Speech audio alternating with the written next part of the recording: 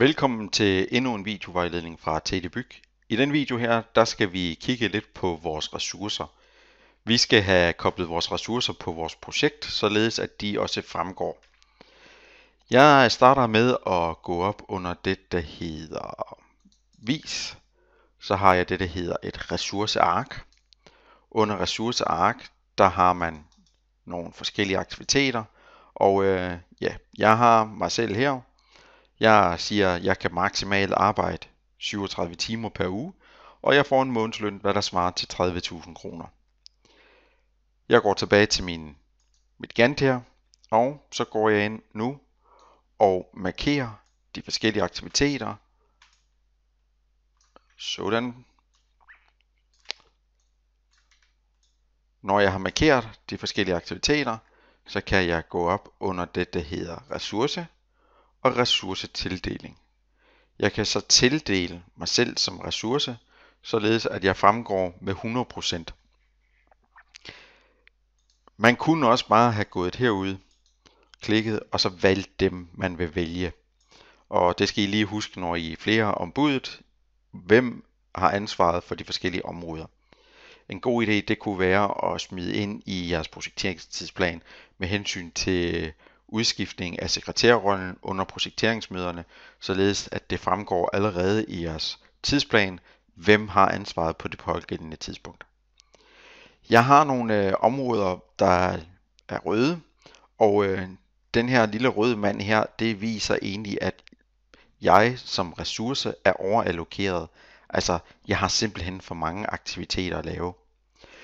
Det skyldes, at hvis jeg kigger i varighed, der havde jeg 102 dage, og 102 gange de 7,4, det løber altså op i 754,8 timer. Jeg ønsker jo på ingen som helst tidspunkt at arbejde lige knap 750 timer med projektplanlægning. Så det jeg gør, det er, at jeg går ind og siger, jamen hvad forventer jeg at skulle bruge på det?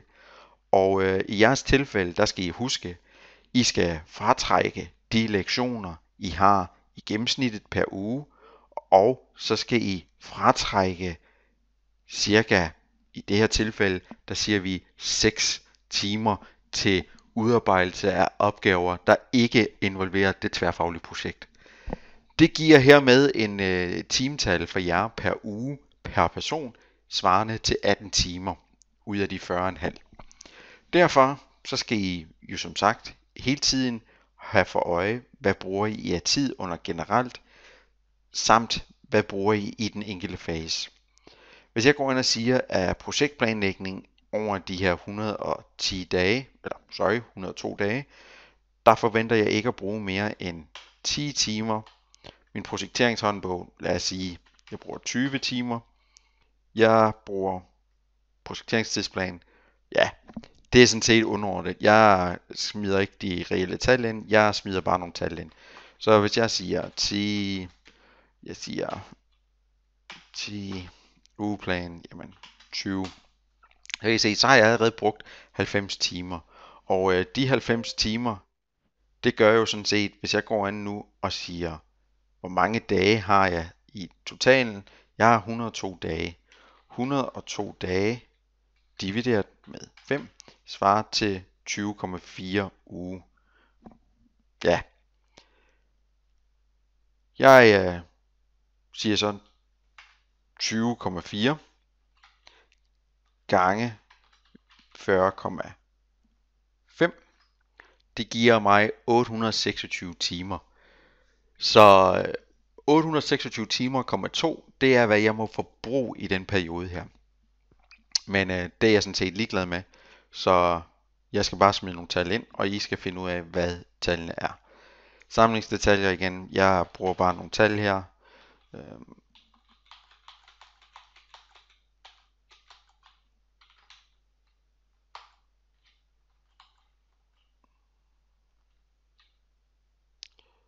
Hvis vi siger, det er de 3 uger der. De 3 uger, hvis vi siger 3 gange 18 divideret med 2, det er 27 timer for hver.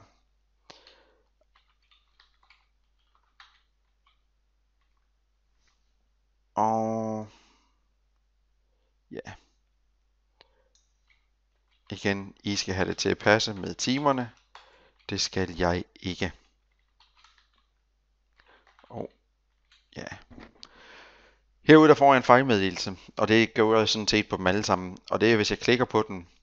Du har formindsket arbejdsmængden fra opgaven. Vil du afkorte varigheden, men beholde det antal timer, som ressourcen arbejder per dag, altså enhed, eller formindske det antal timer, som ressourcen skal arbejde per dag, enheden, men bevare den samme varighed.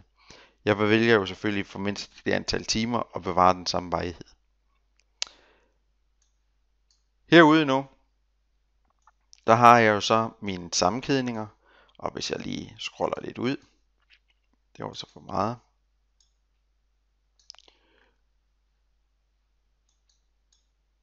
Sådan der. Måske lidt mere. Sådan her. Så har jeg nu mine forskellige aktiviteter, og de er sammenkædet, og jeg har mine ressourcer. Jeg har mine timer. Ja, den er faktisk mere eller mindre klar. Det man lige skal huske, eller have for øje, det er jo sådan set herude ved at højreklikke, altså gittelinjerne, det skal sættes op. Så skal man også efterfølgende sige, jamen layout, ønsker man sine bindinger af visuelle eller ej, hvis jeg fjerner dem, giver det så en god mening, eller er det noget sludder? Igen herude, jeg har valgt at bruge mine ressourceinitialer. Det har jeg gjort ved at højreklikke, sige søjleformater, gå under tekst, og så her i stedet for ressourcenavn, vælge ressourceinitialer. Jeg vil gerne have, at vi trykker Ctrl P, og så er det jo så hernede i vores signatur. Vi mangler oplysninger omkring, hvor projektet stammer fra, hvornår er det revideret, hvem har oprettet det, og så videre. Det forventer jeg, I gør ifølge videoen, og endnu en gang, det var hvad jeg havde i sinde at præsentere omkring procesplanen, og jeg håber, I kan bruge det sådan noget, og tusind tak, fordi I fulgte med.